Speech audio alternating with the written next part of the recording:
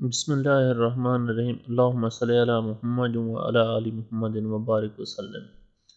السلام علیکم ناظرین، welcome to medicine information channel. ناظرین، آج ہم اس ویڈیو میں ٹیبلٹ لیفلاکس کے سائیڈ ایفیکٹس کے بارے میں بات کرتے ہیں۔ ٹیبلٹ لیفلاکس یا انجیکشن لیفلاکس ایک براڈ اسپیکٹرم اینٹی بایوٹک ہے اور جو مختلف مقاصد کے لیے استعمال کیا جاتا ہے۔ تو آج بات کرتے ہیں سائیڈ ایفیکٹس آف لیفلاکس ٹیبلٹ یا انجیکشن کے بارے میں۔ لیفلاکس کے مضر اثرات میں شامل ہیں پیٹ کا درد، الٹی، پخانہ میں خون آنا، قبض، سیاہ پخانہ، ایسڈ ریفلاکس، جگر کے انزائم میں اضافہ ہو جاتا ہے، سینے میں جلن، اسہال اور ٹینڈینائٹس۔ ناظرین، ٹینڈینائٹس ایک اٹینڈر کی سوزش یا جلن ہے۔ اٹینڈر موٹی ریشے والی ڈوری جو پٹھوں کو ہڈی سے جوڑتی ہے۔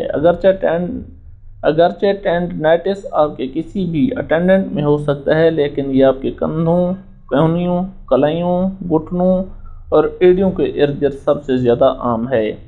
اگر آپ کو لیووفلاکساسن سے الرجی ہے تو لیفلاکس یا اس کے متبادل برانڈز استعمال نہ کریں، کیونکہ اس کے نتیجے میں اینافیلیکٹک شاک ہو سکتا ہے جو جان لیوا ہو سکتا ہے۔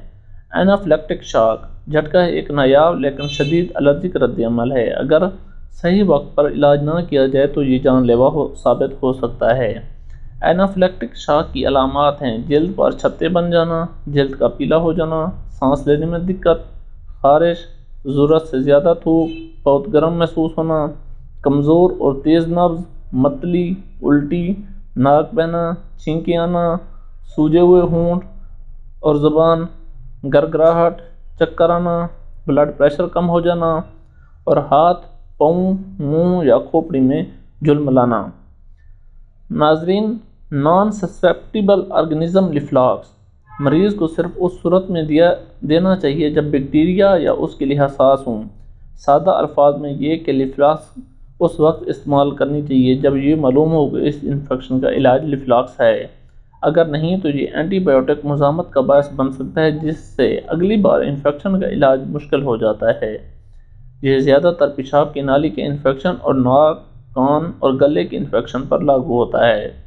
اسہال لیفلاکس اسہال کا سبب بن سکتا ہے۔ یہ اس وقت ہوتا ہے کہ ہمارے ہاضمے میں صحت مند بیکٹیریا موجود ہوتے ہیں جو ہاضمے میں مدد کرتے ہیں۔ اینٹی بایوٹک کورس کے دوران یہ صحت مند بیکٹیریا بھی مارے جاتے ہیں، جس سے اسہال جیسے معدے پر منفی اثرات مرتب ہوتے ہیں۔ اس لیے اگر آپ کو پیٹ خراب ہونے کی شکایت ہے تو آپ کو اس کی اطلاع اپنے ڈاکٹر کو دینی چاہیے۔ ٹینڈینائٹس اگر آپ کو کنڈرا کی کوئی بیماری یا سوزش ہے تو آپ کو لیفلاکس نہیں لینا چاہیے، کیونکہ یہ حالت کو بڑھا سکتا ہے۔ پیریفرل نیوروپیتھی لیفلاکس پیریفرل نیوروپیتھی کا سبب بن سکتا ہے۔ پیریفرل نیوروپیتھی دماغ اور ریڑھ کی ہڈی کے باہر واقع اعصاب کو پہنچنے والے نقصان کا نتیجہ ہے۔ اکثر کمزوری، بے حسی اور درد کا سبب بنتا ہے، عام طور پر ہاتھوں اور پیروں میں۔ لہٰذا اگر آپ کو پہلے سے ہی ایسی حالت ہے تو اس کے استعمال سے گریز کریں۔ پٹھوں کی کمزوری یا میستھیسیا گریوس اگر آپ کو کوئی بیماری ہے جس کی وجہ سے پٹھوں کی کمزوری ہوتی ہے، جیسے میستھینیا گریوس، تو آپ کو لیفلاکس نہیں لینا چاہیے، کیونکہ کونولونز حالت کو خراب کر سکتا ہے۔ نمبر 7، اگر آپ کو دورے پڑتے ہیں تو لیفلاکس ٹیبلٹ یا انجیکشن ہرگز استعمال نہ کریں۔ اگر آپ کو دوروں کی تاریخ رہی ہے یا آپ کو گردوں کی کوئی خرابی ہے تو آپ لیفلاکس کا استعمال سے گریز کرنا چاہیے، کیونکہ یہ دوروں کو بڑھا سکتی ہے۔ اس کے علاوہ اگر آپ کے ایسے حالات ہیں جو دماغی ٹیومر، دماغی چوٹ یا دماغی ایتھروسکلیروسس جیسے دورے کا سبب بن سکتے ہیں تو آپ کو لیفلاکس کا احتیاط سے استعمال کرنا چاہیے۔ نمبر 8، گردے کی خرابی اگر آپ کے گردے ٹھیک کام نہیں کرتے تو لیفلاکس کا استعمال احتیاط سے کریں۔ معدے کے السر ناظرین، اگر آپ کو معدے کا السر ہے تو تب بھی لیفلاکس انجیکشن یا ٹیبلٹ احتیاط کے ساتھ استعمال کریں۔ معدے کا السر اور تیزابیت میں مبتلا افراد کو لیفلاکس کو انتہائی احتیاط کے ساتھ لینا چاہیے، کیونکہ یہ آپ کے معدے کو متاثر کرتا ہے۔ اس کے علاوہ یہ آپ کے پیٹ کے استر میں السریشن کا سبب بن سکتا ہے جب اسے طویل مدت تک لیا جائے۔ آپ کا ڈاکٹر اس کے ساتھ ایک گیسٹرو پروٹیکٹیو ایجنٹ لکھ سکتا ہے۔ ناظرین، آپ سوچ رہے ہوں گے کہ ٹیبلٹ لیفلاکس یا انجیکشن لیفلاکس کو معدے کے السر کے علاج کے لیے استعمال کیا جاتا ہے، لیکن اس میں مبتلا معدے کے السر والے مریضوں کو احتیاط کے ساتھ استعمال کرنی چاہیے۔ جگر کے امراض، جگر کی بیماری والے مریضوں کو احتیاط کے ساتھ لیفلاکس لینا چاہیے۔ اس کی وجہ یہ ہے کہ آپ کا جگر میٹابولزم اور ادویات کا اخراج میں مدد کرتا ہے۔ جب یہ کسی بیماری کی وجہ سے مؤثر طریقے سے کام نہیں کرتا تو یہ آپ کے جسم میں دوا کے جمع ہونے کا سبب بن سکتا ہے، جس کے نتیجے میں شدید منفی اثرات مرتب ہوتے ہیں۔ نمبر 11، دل کی بیماریاں اور ہائی بلڈ پریشر۔ اگر آپ کو دل کی بیماری، دل کا دورہ پڑنے یا ہائی بلڈ پریشر کی تاریخ ہے تو آپ کو لیفلاکس کو احتیاط کے ساتھ لینا چاہیے، کیونکہ یہ پہلے سے موجود حالت کو مزید خراب کر سکتا ہے۔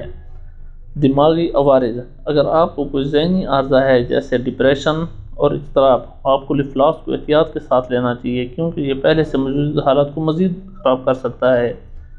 نمبر 13 پہ ہے خون کی شریانوں کی بیماری۔ اگر آپ کو خون کی نالیوں کی کوئی بیماری ہے جیسے ایتھروسکلروسس یا اینورزم، آپ کو احتیاط کے ساتھ لیفلاکس استعمال کرنی چاہیے۔